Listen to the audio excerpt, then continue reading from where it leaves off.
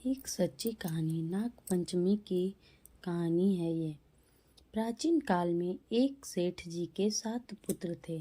सातों के विवाह हो चुके थे। सबसे छोटे पुत्र की पत्नी श्रेष्ठ चरित्र की, विदुषी और सुशील थी, परंतु उसके भाई नहीं था।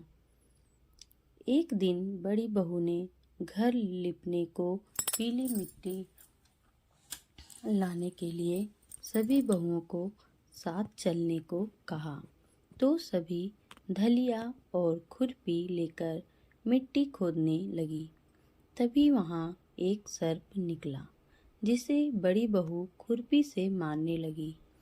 यह देखकर छोटी बहू ने उसे रोकते हुए कहा, मत मारो इसे, यह बेचारा निरपराध है।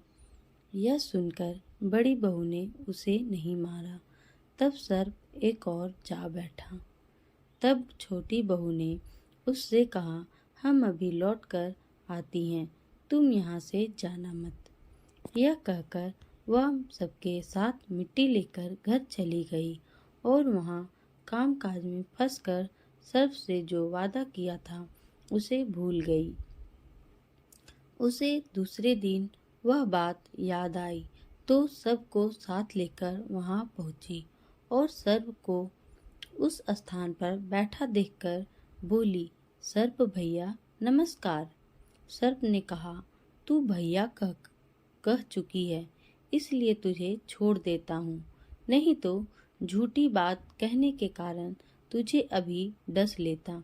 वह बोली, भैया मुझसे भूल हो गई, उसकी क्षमा मांगती हूँ। तब सर्प बोला, अच्छा, तू आज से मेरी बहन हुई और मैं तेरा भाई हुआ, तुझे जो मांगना हो मांग ले। वह बोली, भैया मेरा कोई नहीं है, अच्छा हुआ जो तू मेरा भाई बन गया। कुछ दिन व्यतीत होने पर वह सर्प मनुष्य का रूप रखकर उसके घर आया और बोला कि मेरी बहन को भेज दो। सबने कहा कि इसके तो कोई भाई नहीं था, तो वह बोला, मैं दूर के रिश्ते में इसका भाई हूँ, बचपन में ही बाहर चला गया था। उसके विश्वास दिलाने पर घर के लोगों ने छोटी को उसके साथ भेज दिया। उसने मार्ग में बताया कि मैं वही सर्प हूँ, इसलिए तू डरना नहीं और जहाँ चलने में कठिनाई हो वहाँ मेरी पूंछ पकड़ लेना। उसने कहे अनुसार ही किया और इस प्रकार वह उसके घर पहुंच गई। वहां के धन ऐश्वर्य को देखकर वह चकित हो गई।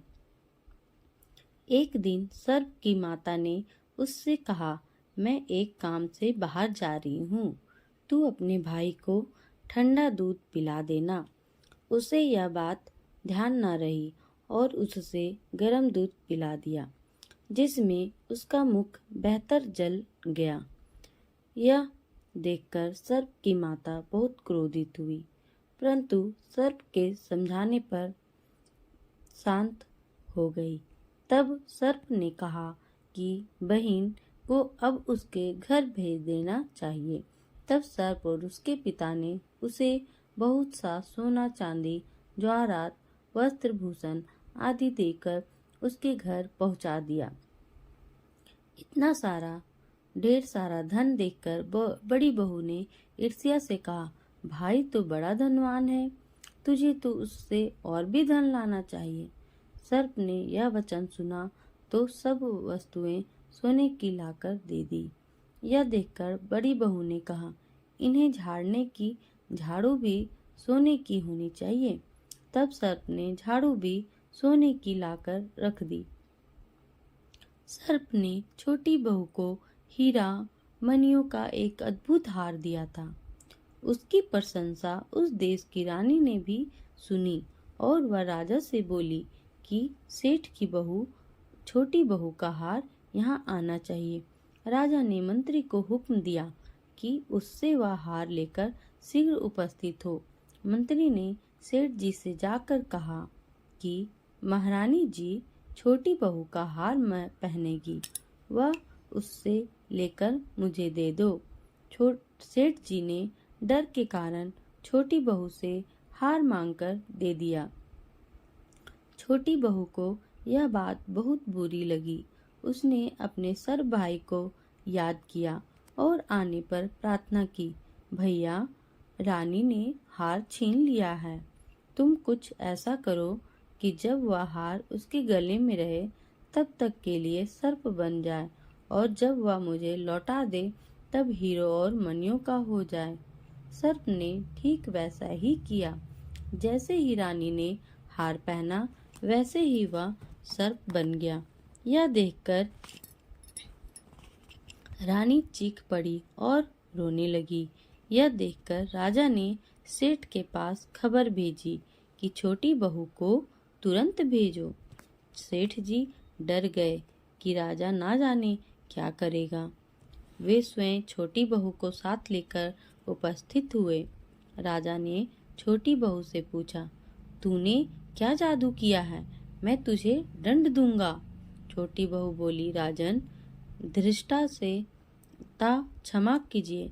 यह हार ही ऐसा है कि मेरे गले में हीरो और मणियों का रहता है और दूसरे के गले में सर्प बन जाता है। यह सुनकर राजा ने वह सर्प बना हार उसे देकर कहा, अभी पहन कर दिखाओ। छोटी बहू ने जैसे ही उसे पहना वैसे ही हीरा मणियों का हो गया।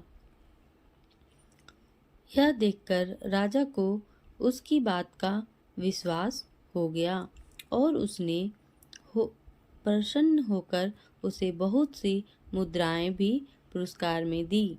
छोटी वह अपने हार और इन सहित घर लौट आई। उसके धन को देखकर बड़ी बहू ने ईर्ष्या के कारण उसके पति को सिखाया कि छोटी बहू के पास कहीं से धन आया है। यह सुनकर उसके पति ने अपनी पत्नी को बुलाकर कहा, ठीक ठीक बता कि यह धन तुझे कौन देता है।